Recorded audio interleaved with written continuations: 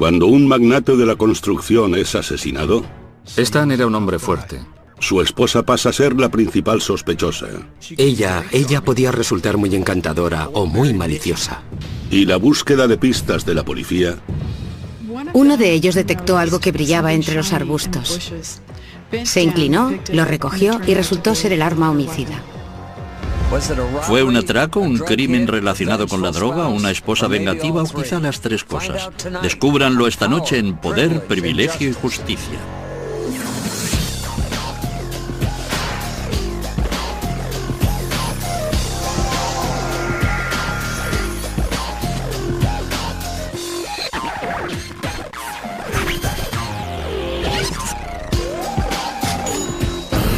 Crímenes imperfectos, ricos y famosos. Vicios de Miami. Viernes 7 de marzo de 1986, 5:30 de la mañana. Las sirenas taladran el silencio de la madrugada en el elegante barrio residencial de Coconut Grove, en Miami, cuando la policía llega a la puerta de una mansión de piedra caliza. Dentro el escenario es todo menos magnífico. En un dormitorio del piso superior, aparentemente al magnate millonario de la construcción, Stanley Cohen, le han disparado mortalmente mientras dormía. Su esposa Joyce cuenta a la policía que unos intrusos son los responsables del crimen. Fue como sacado de un guión de corrupción en Miami. El miembro de la Jet Set, Stan Cohen, había ganado una fortuna en el negocio de la construcción. Tenía una esposa joven y atractiva a la que le gustaban las drogas y las fiestas. Encontrar personas que hubieran querido verle muerto era fácil. Encontrar al asesino resultaría ser mucho más difícil. Stanley Cohen murió en su mansión de 25 habitaciones en Basehor Drive, una de las calles más prestigiosas de Coconut Grove, jalonada de casas multimillonarias. La mansión era el símbolo de todo aquello por lo que Cohen había trabajado y tal vez, como la policía llegaría a creer, de lo que le mató. Era el símbolo del dinero. Stan era un hombre hecho a sí mismo, un hombre muy fuerte. Y había ganado dinero. Le gustaba ganar dinero y entendía de eso. Y poseía una casa en un lugar muy prominente del Grove, en la avenida 17 con Bayshore. Stanley Cohen vivía como un rey, pero no había nacido en el seno de la realeza. Nació en 1934 en una modesta familia de tenderos de Long Island. En 1948 la familia se trasladó a Miami. Cuando se hizo hombre supo exactamente lo que quería. Quería ser rico. En la Universidad de Florida, estudió ingeniería y se granjeó la reputación de agresivo y pendenciero. El apodo de Stanley en la universidad era el estrujador, y eso era porque siempre que te veía, siempre que se acercaba a ti por sorpresa, te estrujaba la cabeza o te daba una colleja, te machacaba. Le gustaba hacerlo, ¿sabe? Siempre en broma, pero te estrujaba. Todo lo que hacía Stan lo hacía a lo grande y deprisa. Estando aún en la universidad se casó. Nada más licenciarse regresó a Miami y se metió de lleno en el mundo de los negocios. Era el año 1959 y para un hombre que quería dinero y poder, Miami ofrecía muchas oportunidades.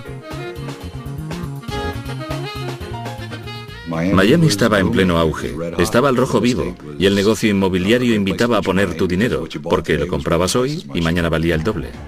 En 1963 creó la empresa constructora SAC, con su compañero de hermandad universitaria Marvin Sheldon. La tarea de Stan era procurar que el trabajo sobre el terreno se terminase a tiempo, que las cosas fueran como la seda. Yo era más bien el oficinista, él era el hombre de exteriores, gritaba y chillaba, pero lograba que el trabajo se hiciera. El suyo era un estilo más propio de una obra en construcción que de una suite de luna de miel. Hacia mediados de los 60, Stan se había divorciado y vivía en una ostentosa zona habitada por solteros en Coconut Grove. El Grove era un refugio para artistas y bohemios acaudalados, una comunidad en la que la gente creía en la buena vida. Una ciudad pequeña, artistas a la orilla del mar, buenos restaurantes, buenos bares pequeños. Y la clase de gente que vive allí, ¿sabe? Todo el mundo era tolerante, simpático. En aquella época muchos de nosotros éramos solteros y creamos una especie de vínculo. Pasábamos muchísimo tiempo juntos. Bebíamos mucho y nos corríamos muchas juergas. A principios de los años 70, la empresa constructora de Stan le había hecho varias veces millonario, y aunque era una figura destacada en la escena social de Coconut Grove, su vida personal era un desastre. Se había metido precipitadamente en 3 matrimonios, y con 3 divorcios a sus espaldas, volvía a llevar la típica vida de soltero. Hasta que en 1974 conoció a Joyce McDillion, de 24 años, que recientemente se había mudado a Miami desde Chicago. En realidad no tenía familia ni lazos en ninguna parte y me gustaba el sol. Aquello era bonito y quería empezar de nuevo en alguna parte. Creo que fue bueno para mí. Joyce conoció a Stan 17 años mayor que ella cuando trabajaba para un promotor. Él era el contratista general en aquella obra y empezamos, no sé, a charlar y después a comer juntos y bueno, fue así como nos conocimos. Joyce era callada e insegura. Stan era seguro de sí mismo y poderoso. En menos de un año se prometieron. Se enamoraron y se casaron. Stanley no tardaba mucho en enamorarse o en casarse. Pero Stan no quería casarse en Miami. Otra vez no. Mi marido conocía a tanta gente en Miami que dijo, no podemos casarnos aquí porque habría que invitar a muchísima gente y propuso, nos iremos a Las Vegas. Fue muy emocionante. Yo era joven, fue muy emocionante. El ascenso social puede ser emocionante, pero también puede ser traicionero. Joyce Cohen no tenía ni idea de lo difíciles que se le iban a poner las cosas. A su regreso, el matrimonio de cuento de hadas de Joyce Cohen pierde el control, ya que Cenicienta descubre la cocaína. En el invierno de 1975, los recién casados Stan y Joyce Cohen se mudaron a una imponente mansión en Bayshore Drive. Solo un año antes, Joyce era una secretaria que cobraba el sueldo mínimo. Ahora de repente era la esposa de un millonario. Aquello debió suponer una conmoción para la tímida nueva señora Cohen. Era auténticamente un pez fuera del agua. Tenía que llevarse bien con los amigos de Stan y sus esposas, algunas de las cuales tenían edad suficiente para ser su madre. Muy al principio de su relación con Stanley, era muy tímida, muy humilde y muy sencilla. No sabía mucho sobre las cosas buenas de la vida. Era solo una chica muy amable. Al principio, a mí personalmente no me gustó mucho, porque no era una persona muy sociable. En las fiestas que organizábamos se sentaba a un lado y parecía no encajar. Eso, por supuesto, a Stan no le gustaba. Quería que ella formara parte del grupo.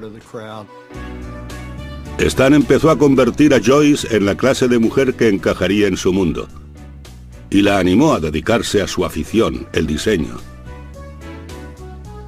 Tenía gusto para la decoración. Mezclaba antigüedades con cosas nuevas y todo eso. Su casa era muy bonita y ella lo decoraba todo. Tenía muy buenas aptitudes. Joyce creó su propia empresa de diseño de interiores con el respaldo del dinero de Stan. Gradualmente fue ganando confianza en sí misma. Empezó a vestirse mejor, a hablar más cuando estaba entre la gente y a disfrutar de las pieles, las joyas y la ropa de diseño que acompañaban el hecho de ser la señora Cohen.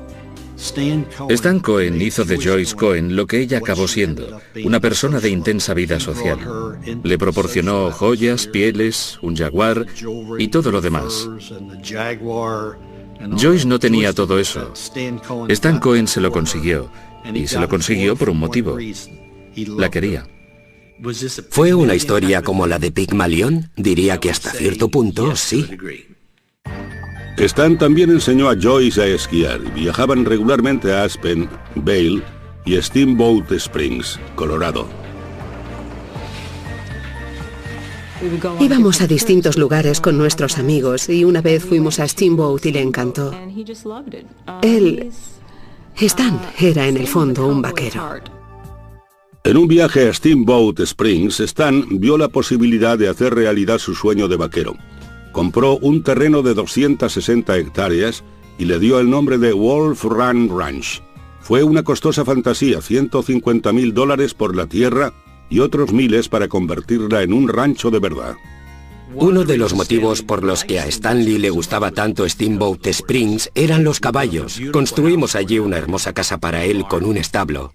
Stan pronto inició otros proyectos inmobiliarios y de construcción en Steamboat Springs. Después compró un jet privado, un Saberliner 40 EL de $400.000 para viajar de Florida a Colorado. Un jet privado es un símbolo de estatus entre los ricos. No era de extrañar que alguien como Stan Cohen quisiera uno. Pero a principios de los años 80 un nuevo símbolo de estatus aparecía en el sur de Florida, y lo hacía con fuerza: la cocaína.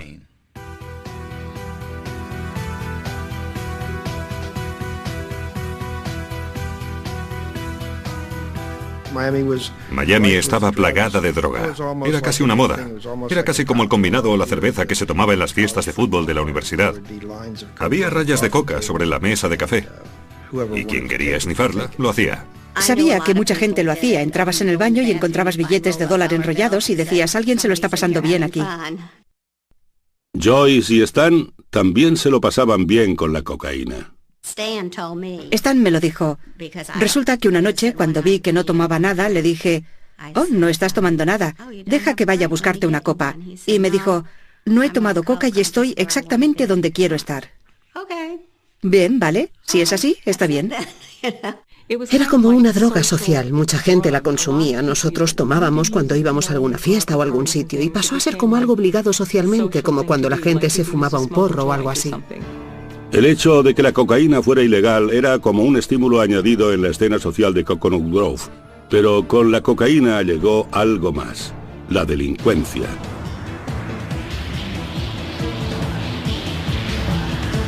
Esa ola de delitos alimentados por la droga dio origen a un aterrador tipo de robo llamado invasión de hogar. Criminales armados estaban irrumpiendo en las casas y robando a las personas a punta de pistola. Stan instaló un sofisticado sistema de alarma.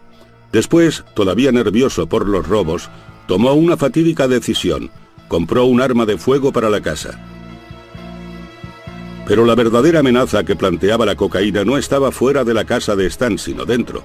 Joyce estaba cayendo en la dependencia y su personalidad estaba cambiando. Joyce, que era 17 años más joven que Stanley, no quería volver a casa y acostarse a las 10 o a las 11 de la noche. Era consciente de su posición en la vida y de que era muy atractiva. Estaba delgada, era muy bien parecida, quería salir, bailar y pasárselo bien.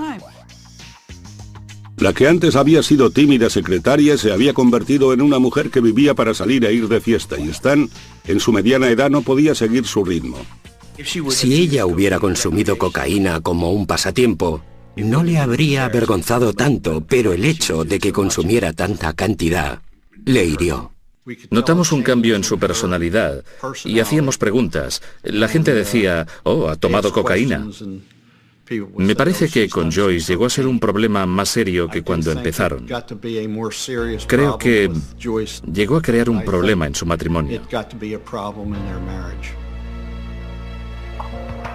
En diciembre de 1985 la pareja decidió que necesitaba pasar un tiempo separada. Joyce salió en el jet rumbo a Steamboat Springs para pasar todo el invierno. Stanley se me quejó amargamente. Creo que Joyce había destrozado el coche 4 o 5 veces allí y yo sabía que consumía cocaína. Stanley me lo había contado. Stanley empezó a pasar más tiempo en Miami. Joyce empezó a pasar más tiempo en Steamboat Springs. Salió a la luz más tarde que había infidelidades por parte de ambos cónyuges. En Coconut Grove circulaban rumores de que Stan estaba ya harto. Stan había logrado con éxito integrar a Joyce en su mundo. Ahora ella era adicta a ese mundo literalmente. Su matrimonio estaba al borde del abismo y Stan y Joyce se hallaban en una peligrosa encrucijada. Lo que Stanley dijo a Joyce fue: saldrás de este matrimonio tal como entraste, sin nada. Divórciate de mí y no sacarás nada. A nuestro regreso, un turbulento matrimonio llega a un violento final.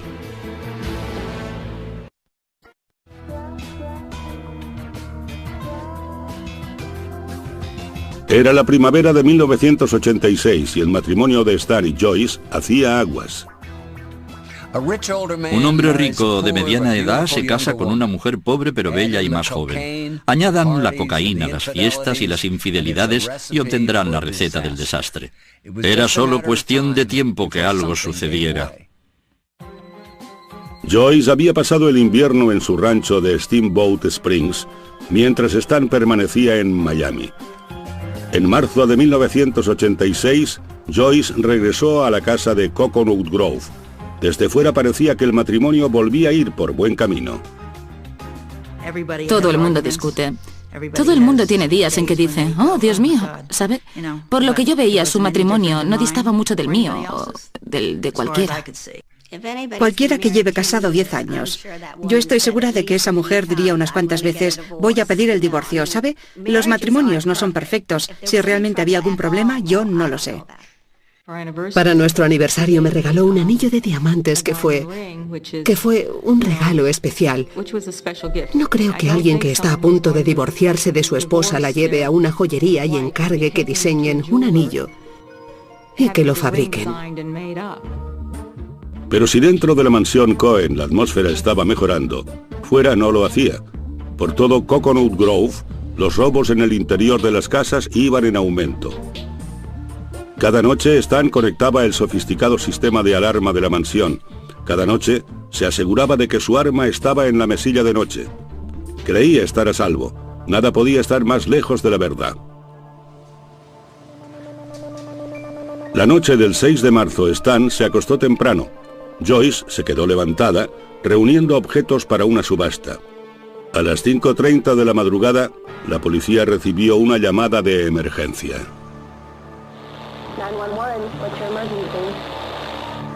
Joyce Cohen había llamado al 911 histérica diciendo, ha pasado algo, mi marido está herido. La policía llegó enseguida. La puerta principal estaba abierta. Habían destrozado la puerta posterior de cristal que daba a la cocina. Y su marido yacía muerto en la cama con 4 disparos de arma de fuego en la nuca. Stan yacía de bruces y desnudo sobre la cama. Los sanitarios intentaron sin éxito reanimarle y la policía se dispuso a examinar el escenario del crimen. A las 6:30 de la mañana se llevaron a Joyce a la comisaría para interrogarla. Joyce dijo a la policía que a las 11:30 de la noche oyó ruidos extraños fuera. Preocupada, fue a despertar a Stan.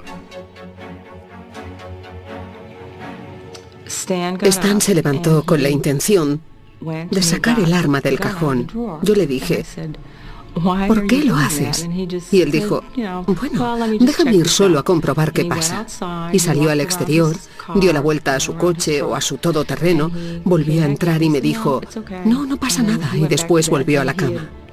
Había dejado el arma sobre la mesilla de noche. Yo le pregunté por qué no la guardaba y dijo, no, tú déjala ahí. Joyce dijo que no había vuelto a conectar el sistema de seguridad porque iba de un lado a otro de la casa y no quería activar el sensor de movimiento. Declaró que alrededor de las 5 volvió a oír ruidos, esta vez dentro de la casa. Pude ver desde el otro lado del pasillo que había alguien que salía por la puerta y dijo algo así como, larguémonos de aquí. Pero no vi a ninguna otra persona. Solo vi a una persona. Fue entonces cuando subí corriendo y encontré a Stan. La policía tomó muestras para ver si Joyce tenía residuos de pólvora encima y continuó interrogándola. Al final las preguntas pasaron a ser más personales. Empezaron a hacerme preguntas como, ¿cuándo tuvo relaciones sexuales por última vez con su marido? Entonces fue cuando les dije, ¿por qué me preguntan eso? Y a partir de ese momento ya no quise hablar con ellos. Solo quería volver a casa y dormir. Joyce interrumpió bruscamente el interrogatorio y exigió hablar con su abogado. También exigió que la policía abandonara su casa. Llevaban 2 o 3 horas en la casa realizando su investigación. Llamaron a la casa, hablaron con el agente al mando y dijeron que salgan todos de la casa. Tendremos que obtener una orden judicial para poder volver a entrar en ella. El abogado de Joyce creyó que no eran las pruebas del asesinato lo que preocupaba a Joyce, sino las pruebas de la presencia de drogas. Me enteré de que podía haber cocaína en su casa. Y la policía quería volver a entrar en la casa después de que, al no llevar orden judicial, se les dijo que se fueran. Querían que ella les diera su consentimiento. Ross quería que la policía prometiera no juzgar a Joyce por posesión de drogas a cambio de que ella les diera acceso a la casa. Les dije, pueden llamar a cualquiera de los ayudantes del fiscal del estado si me aseguran que, si encuentran cocaína en la casa, no imputarán a la señora Cohen. Si me hubieran dicho que sí, habría aceptado con gusto que efectuaran el registro. Hasta entonces, Alan se negaba a permitirles volver a entrar. Mientras las horas pasaban, el escenario del crimen se deterioraba y, entre tanto, el cuerpo de Stan Cohen seguía en el interior. Decir que fue un extraño giro de los acontecimientos sería decir poco. A los investigadores se les niega el acceso al escenario del crimen y lo hace la esposa de la víctima. ¿Tenía miedo de que encontraran drogas o temía que encontraran algo más? A nuestro regreso, la policía descubre pruebas incriminatorias en el jardín delantero de los Cohen. 7 de marzo de 1986, 8:30 de la mañana. 3 horas después de haber sido llamados al escenario de un asesinato, la policía esperaba una orden de registro, ya que Joyce Cohen y su abogado les impedían la entrada en la mansión. Dado que el cuerpo de Stan Cohen seguía dentro, el tiempo era esencial. Los investigadores saben que los crímenes se resuelven con más facilidad en las horas inmediatamente posteriores. Cada minuto que pasa otorga más ventaja al criminal con respecto a la investigación. La policía tuvo que esperar horas antes de poder llevar a cabo la investigación del escenario del crimen dentro de la casa. Pero aunque la policía de Miami no podía entrar en la mansión Cohen sin una orden judicial, tenía libertad para buscar fuera. Uno de ellos detectó algo que brillaba entre los arbustos. Se inclinó, lo recogió y resultó ser el arma homicida, el arma que se empleó en el asesinato. Así fue como pasó. El arma resultó ser además la que Stan Cohen guardaba en su mesilla de noche, pero parecía que le habían limpiado las huellas dactilares. Entretanto, el cuerpo estaba aún en la casa, y al día siguiente, los medios de comunicación contaban historias de cómo la viuda había impedido la entrada de la policía en la casa. Eso, sin duda, a los ojos de mucha gente, fue un signo de culpabilidad, aunque no fuera así exactamente como sucedió. Finalmente, a las 2 de la madrugada, tras habérsele negado el acceso al escenario del crimen durante 8 horas, la policía obtuvo una orden judicial para volver a entrar en el hogar de los Cohen. Pero a causa de la demora, el forense tuvo dificultades para determinar la hora de la muerte. Según su opinión, lo más probable era que el crimen se hubiera producido aproximadamente entre las 2 y las 3 de la madrugada, aunque podía haber sido a las 5 de la mañana. La policía hizo otro descubrimiento crucial en el baño de arriba. Un pedazo de pañuelo de papel. En él encontraron residuos de pólvora y del maquillaje de Joyce. En la mañana de autos, la policía pasó un algodón por las manos de Joyce Cohen en busca de residuos de pólvora y los encontró. Los hallazgos parecían sustentar lo que los investigadores habían sospechado desde un principio. Siempre resulta sospechoso que desde el primer momento a la afligida esposa le preocupe más que la policía registre su casa a que puedan llegar a incriminarla. Por lo tanto, desde el primer instante era normal que Joyce Cohen despertara sospechas. El inspector del caso prácticamente anunció que iban a resolverlo de inmediato, y creo que ya en ese momento pasé a ser su blanco. Pero la policía consideraba que todavía no tenía suficientes pruebas para arrestar a Joyce, aunque estaban seguros de que estaba involucrada. La teoría policial era que Joyce había matado a Stan, temiendo que un divorcio la dejara sin un céntimo y la privara de su recién adquirido estatus. Joyce era una persona que llevaba mucho tiempo dándose buena vida. Se desplazaba en jet y acudía a fiestas en los lugares más bonitos, alternaba con la alta sociedad de Miami y también de Colorado, e iba a perderlo todo. Iba a ser echada de la casa sin nada. Joyce y sus amigos tenían una versión distinta. Yo pensé que habría sido algún trapicheo de drogas que había salido mal, o que Stan había molestado a alguien a quien no debía molestar. Era un hombre que nunca había estado vinculado a nada peligroso. No tenía un círculo de amigos, ni un trabajo en el que estuviera en peligro. No tenía negocios sucios. Creo que tuvo algo que ver con sus transacciones. Él había dicho que iba a ganar mucho dinero y que se iba a retirar, ¿sabe? Pronto. Al parecer, había indicios de que estaba blanqueando dinero con la droga. No sé, pero creo que eso tuvo algo que ver con su muerte. Pero en menos de una semana, la policía encontró otra prueba forense que incriminaba a Joyce. Había pedazos de pañuelo de papel, pedazos de pañuelo en la pistola que se consideraba el arma homicida, lo que parecía indicar que la habían limpiado. Y la policía logró relacionar esos pedazos del arma con el pañuelo de papel encontrado en el escenario del crimen. Es un papel similar al del pañuelo hallado en la papelera del cuarto de baño de Joyce, en el que había moco suyo. También había bismuto, un elemento presente en los cosméticos, y también una marca del retroceso del arma. Usaron esa prueba para decir, lo que sucedió fue lo siguiente. Joyce Cohen sacó un pañuelo de papel, se limpió la nariz y la cara, y así fue como el moco nasal y el maquillaje pasaron al pañuelo. Después cogió ese pañuelo, vio el arma en el suelo junto a la cama, la limpió y la arrojó por el balcón, y después escondió ese pañuelo de papel.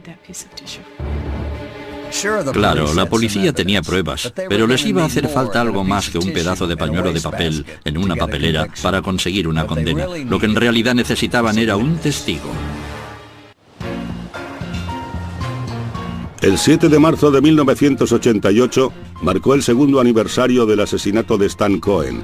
La policía tenía un archivo entero de pruebas circunstanciales contra Joyce Cohen, pero esta aún no había sido arrestada.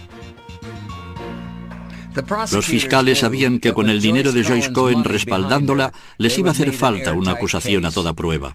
Necesitaban desesperadamente un gran avance en este caso, y como ocurre a menudo, les vino de una fuente inesperada. En 1986, la policía de Miami detuvo a un ladrón de casas llamado Frank Zuccarello, que parecía poseer la clave para la resolución del caso Cohen. Había proporcionado información inicial sobre más de 50 robos con invasión de hogar. Y a aquellas alturas, Frank Zuccarello había hecho mención de varios homicidios, uno de ellos el del caso Cohen. A Zuccarello le iba a caer una seria condena. Estaba dispuesto a intercambiar información por lenidad. Dijo que había sido el jefe de la banda de ladrones que había matado a Stan Cohen. Frank Zuccarello identificó a dos personas más, Tommy Lamberti y Anthony Caracciolo, como miembros de una banda dispersa de ladrones con invasión de hogar. Consiguió su acuerdo. Dicho acuerdo garantizaba que a cambio de un testimonio veraz, se declararía culpable de 2 de los robos con invasión de hogar que había confesado, y que ellos coordinarían las diligencias con el condado de Broward, etc. De ese modo, cumpliría menos de 2 años de condena. A cambio del trato, Zuccarello contó a la policía una historia que dejaba a Joyce Cohen como una codiciosa asesina. Ellos frecuentaban los clubes nocturnos, las salas de fiestas de Coconut Grove, y allí fue donde tuvieron la oportunidad de conocer a Joyce Cohen. Según Frank Zuccarello, Joyce Cohen los contrató a los tres para orquestar un robo falso, llevarse joyas, etc. Ella pensaba reclamar a la aseguradora y después repartirse el dinero con ellos. Dijo que después el plan pasó a ser de asesinato y que lo que Joyce quería que hicieran en realidad era asesinar a su marido. Zuccarello falló en varias pruebas del polígrafo y cambió su versión más de una vez. No obstante, la policía le creyó. Según Zuccarello, el ejecutor fue Anthony Caracciolo, en ese momento en prisión por otros cargos de robo.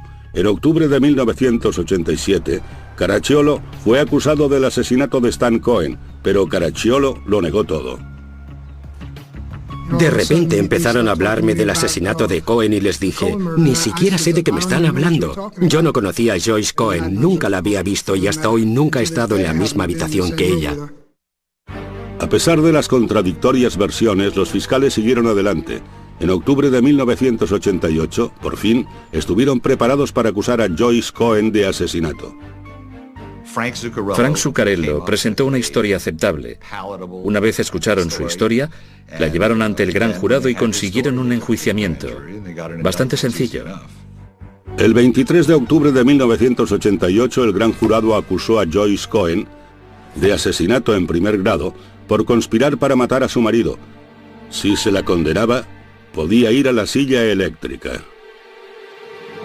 El ascenso de Joyce Cohen había sido rápido. Su caída fue aún más impactante.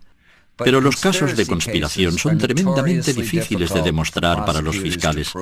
Y este no iba a ser una excepción.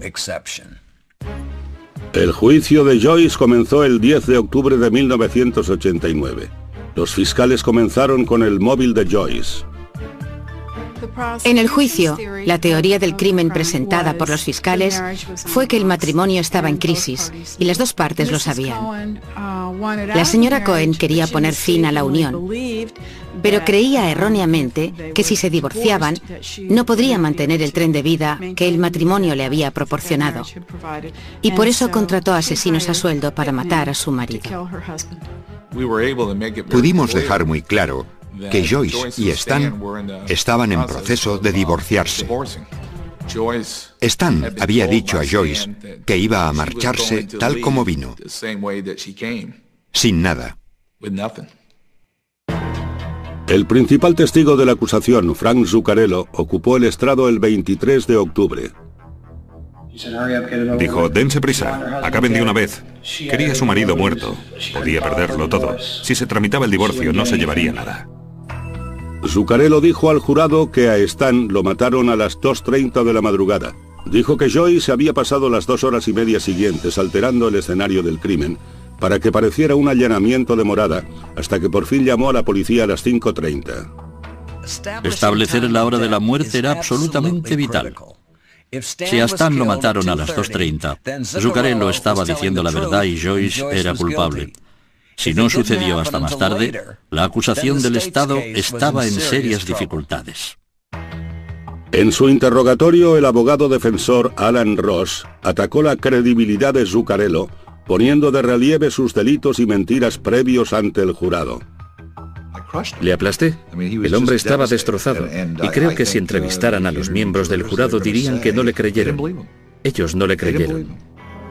Pero el examinador médico del condado de Dade sustentó la versión de Zuccarello. Testificó que el asesinato había tenido lugar entre las 2 y las 3 de la madrugada. ¿Qué puede decir con una razonable certeza científica sobre si la muerte de Stanley Cohen se produjo alrededor de las 5:30 de la mañana? Diría que no se corresponde. ¿Y entre la 1:30 y las 3:30? Con esa franja horaria sí se correspondería. La defensa contaba con sus propios expertos, incluidos los sanitarios que intentaron reanimar a Stan 3 horas después de la muerte de Cohen, según sostenía la acusación. Los servicios médicos intentaron reanimar a ese hombre. Eso fue realmente lo que ocurrió cuando acudieron al escenario. Le pusieron los electrodos e intentaron reanimarle. Quiero elogiar a ese equipo médico. No eran estúpidos. No habrían intentado reanimar a un hombre que llevaba 3 horas muerto. Pero la acusación tenía otro testigo que apoyaba la idea de que Stan había muerto horas antes de que Joyce llamara a la policía. Alguien se presentó a declarar que había oído disparos en Coconut Grove en la mañana del 7 de marzo de 1986 y que el ruido procedía de la casa de los Cohen, y dijo que los disparos se produjeron entre las 2 y las 3 de la madrugada. La acusación tenía más pruebas contra Joyce. Había el pañuelo de papel hallado en el escenario del crimen, y lo más incriminatorio de todo, los investigadores habían encontrado residuos de pólvora en las manos de Joyce. Puedo asegurar que el analista criminal que analizó los residuos de pólvora y testificó resultó muy convincente. Aquello fue muy perjudicial para ella. Y finalmente estaba la propia Joyce. La acusación la pintó como una drogadicta que había asesinado a su marido en un intento desesperado por conservar el dinero y la posición.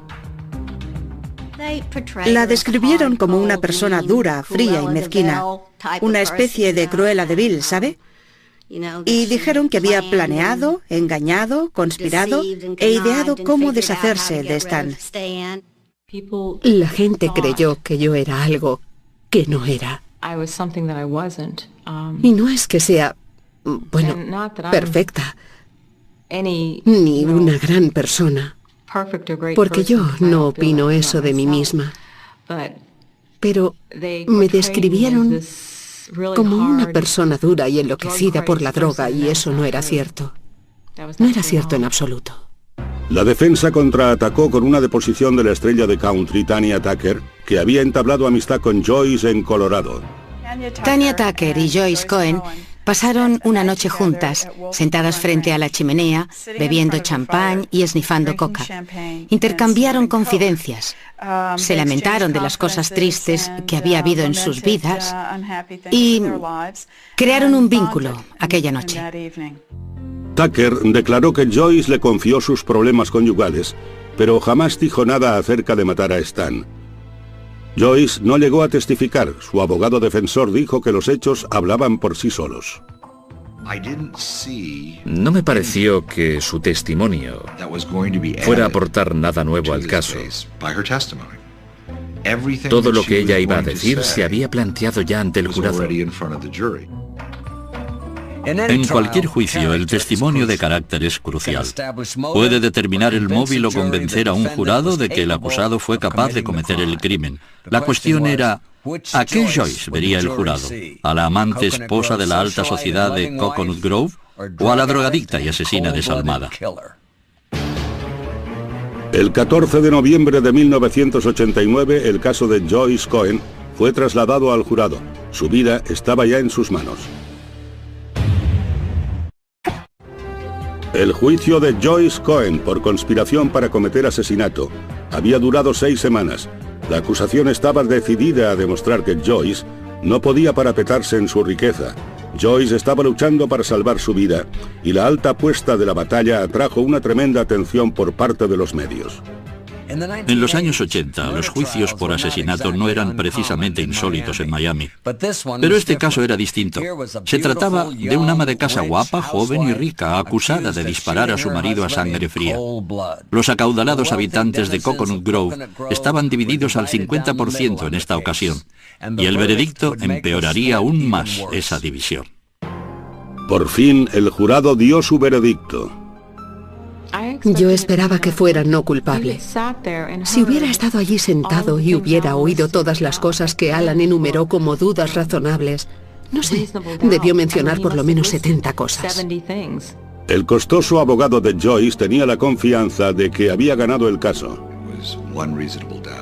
Era una duda razonable tras otra. Después de haber deliberado durante 3 días, el jurado anunció su veredicto. Nos llamaron para que escucháramos el veredicto.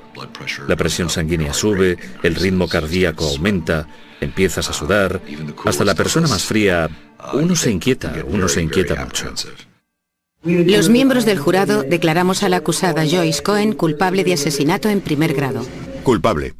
El veredicto de culpabilidad sacudió toda la sala como una onda expansiva. No me lo podía creer. Emití un sonido y fue como el ruido que hace un animal herido. Me quedé atónita, sin habla, y naturalmente creo que rompí a llorar. Creo que prácticamente todos lo hicimos y empezamos a abrazarnos porque no nos lo podíamos creer. El veredicto abrió una brecha en todo Coconut Grove entre los que creían que Joyce era una víctima inocente y los que pensaban que era una asesina despiadada. Para nosotros fue algo aterrador cuando lo supimos. Yo no me lo podía creer. Era desconcertante saber que había personas que la consideraban culpable. Creo que ella tuvo un papel en el asesinato de Stanley. Podría decir que no lo sé. Yo lo dejé en manos del jurado, pero creo que estaba implicada. Pero aún no se había acabado. El jurado tenía que decidir la sentencia. Pasé por la fase de la pena de muerte, ¿sabe? Es cuando tienes que esperar todo el tiempo que ellos tardan en decidir si van a imponerte la pena de muerte o no. Y durante ese tiempo te llevan al calabozo.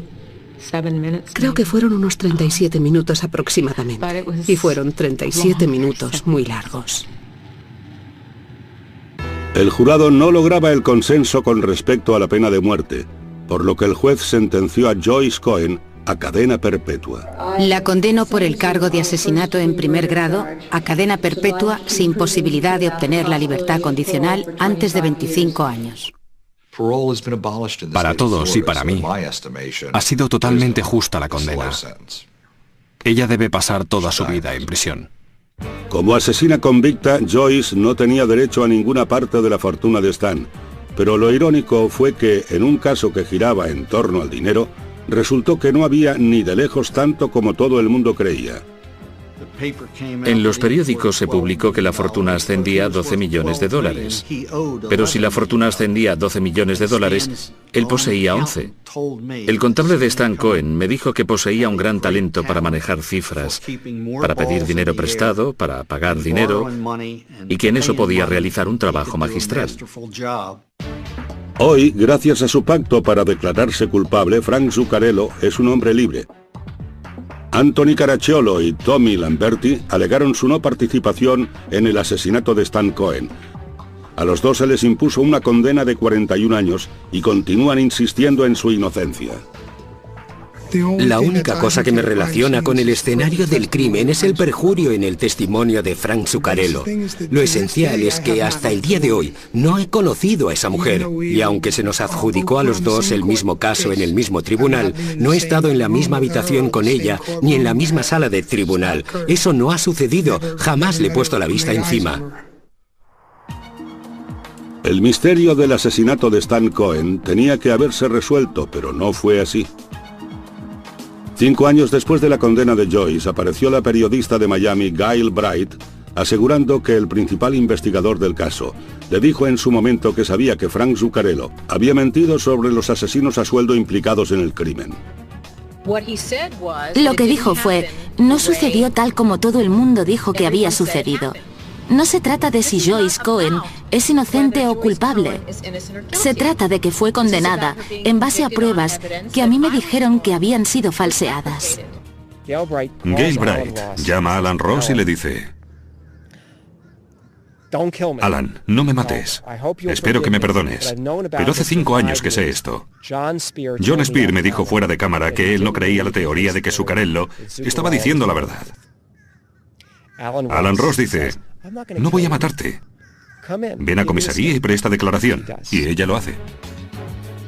Ahora Joyce Cohen intenta lograr que su sentencia sea revocada en un tribunal federal. La moción es su última oportunidad de lograr la libertad. A menos que la verdad salga a la luz, a menos que seamos capaces de demostrarla, jamás podré salir de aquí. Aunque algún día llegue a salir de la cárcel, es poco probable que Joyce Cohen regrese alguna vez a su vida de mansiones en la bahía y glamurosa vida nocturna. Sea cual sea el resultado de su apelación, este caso será siempre un vergonzoso recordatorio de los excesos provocados por la cocaína y el dinero en el Miami de los años 80. Dominic Dunne para la televisión judicial.